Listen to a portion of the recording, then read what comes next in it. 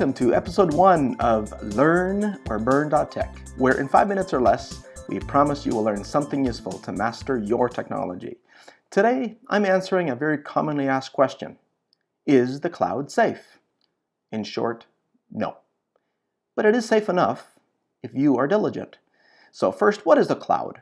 In simplest and most accurate terms, I would argue the cloud is simply someone else's computer. So when you store something like your photos in the cloud, it's not as complicated as you might think.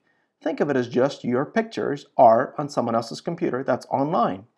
So the context today is cloud for personal use, and we'll leave business use for another day and another topic. But let me start with the top 3 ways that your personal information is at risk in the cloud while it's on someone else's computer. Then I'll tell you 3 things that you can do today to make it safe enough.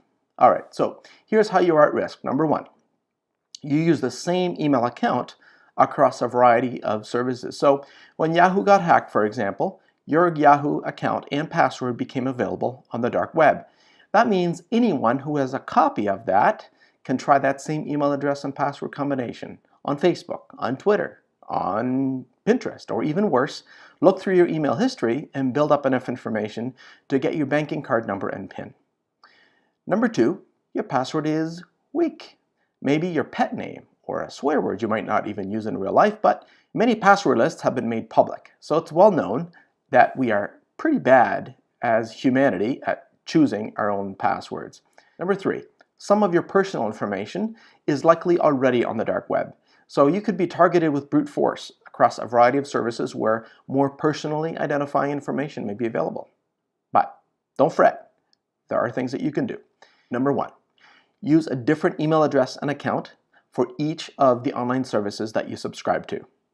This can be achieved quite easily with Gmail, for example. One simple step is to use the plus sign to denote a different email. For example, we have learnorburntech@gmail.com. And as that email, we can use learnorburntech plus junk@gmail.com, which works automatically. Or we could use learn.or.burn.tech@gmail.com, which still goes to the same mailbox, but for an account registration appears to be a separate email account. But the better way to do this is to have aliases or group accounts for each service. For example, we use junk@learnorburn.tech or spamus@learnorburn.tech, which are then filtered within the same mailbox. I'll cover this in more detail in a future episode. Number 2, you should also use a password manager and use different random passwords for every account that you sign up online. The 2 well-matured and trustworthy password managers that you should consider are LastPass and 1Password. Each has their own strengths and we'll feature them separately in the future, but both offer desktop and mobile integration, so you never need to remember passwords anymore, yet you can always have them handy as soon as you need them. This is what makes it practical to actually have a truly random password for each service. Number 3, use 2-step authentication for each service, as long as you can. This essentially provides a significant hurdle for an identity thief.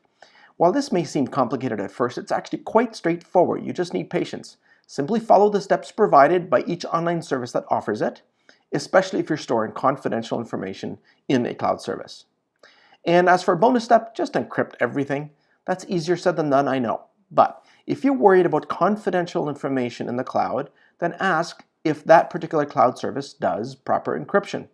This is what all reputable online backup software packages do, especially the ones that allow you to be the only one with a key. Again, a future podcast will cover these in more detail and give you the safest forms of online backup.